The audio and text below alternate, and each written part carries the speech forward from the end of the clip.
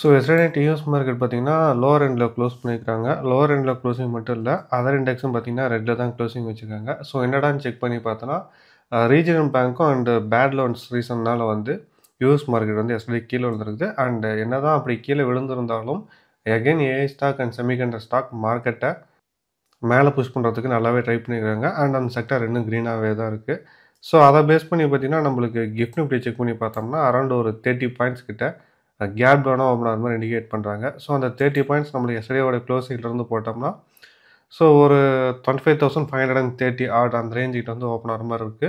But நம்ம yesterday மார்க்கெட்ல சொல்லியிருந்தோம். இந்த 25,450 லெவல்ட்ட மார்க்கெட் வந்து இந்த இடத்துல ரிவர்சல் இருந்துச்சுன்னா, ஒரு நல்ல பையிங் ஆப்பர்ச்சுனிட்டியா இருக்குன்னு சொல்லியிருந்தோம். அண்ட் டேட்டாவும் அததான் இண்டிகேட் பண்ணுது. ஸோ டேட்டா செக் பண்ணி பார்த்தோம்னா, டேட்டா பார்த்தீங்கன்னா, ரொம்ப நாள் கழிச்சு ஸோ அரவுண்ட் ஒரு 90 ஆட் பாயிண்ட்ஸ்ல வந்து ஷார்ட்ஸ வந்து ஹோல்ட் பண்ணியிருந்தாங்க. ஸோ ஃபைனலி கொஞ்சம் ஷார்ட்ஸ குறைச்சிக்கிறாங்க. பட் இது கன்டின்யூ ஆச்சுனா தான் வந்து மார்க்கெட் வந்து ஒரு புல்லிஷ் மொமெண்டம்ல இருக்கும். 1 ஆர் 2 டேஸ் ஷார்ட்ஸ குறைச்சிட்டு அண்ட் எகைன் பை பண்ணா மார்க்கெட் ராலி ஆகாது. ஸோ இந்த குறைச்ச ஷார்ட்ஸ் வந்து கன்டின்யூ ஆனுச்சுன்னா, மார்க்கெட்டோட ராலி மேல போயிட்டே இருக்கும். அண்ட் இன்ட்ராடே பேசிஸ்லயும் பார்த்தீங்கன்னா, பெருசா எந்த இஷ்யூஸும் இல்ல. மோர் ஆர் லெஸ் வந்து புல்லிஷாவே இருக்காங்க. ஸோ அதனால இந்த 25,450 லெவல மார்க் பண்ணீங்க.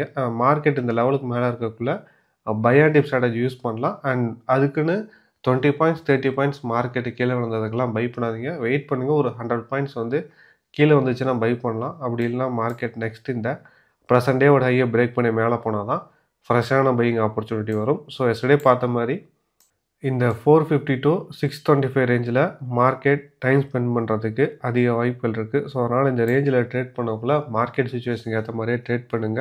அண்ட் மார்க்கெட் ஒரு வேள மார்க்கெட் ஓப்பன் ஆனது ஏதாவது ஃபால் வந்து இந்த லெவல்ட்ட இருந்து ரிவர்சல் ஆச்சுன்னா, இந்த லெவல்ட்ட பை பண்றதுக்கு ஒரு நல்ல ஆப்பர்ச்சுனிட்டி கிடைக்கும். அண்ட் ஸ்டாப் லாஸும் இந்த லெவல் கீழ நம்ம வச்சுக்கலாம். ஸோ அதனால இன்னைக்கு கீழ் கீழ லெவலா இருக்க போறது 25,450 அண்ட் ரெசிஸ்டன்ஸா இருக்க போறது எஸ்டர்டேவோடைய பிரசன்ட் டேவோட ஹை அண்ட் சப்போர்ட் லெவலா இருக்க போறது இந்த கேப் பார்டர் ப்ரீவியஸ் டேவோட ஹைக்கும் அண்ட் இன்னைக்கு பிரசன்ட் டேவோட லோக்கும். ஸோ இதெல்லாம் தான் இன்னைக்கு முக்கியமான லெவல்ஸ் அண்ட் அதுக்கு மேல நம்மளுக்கு ஒரு இம்பார்ட்டன்டான கேப் பார்டரும் இருக்கு.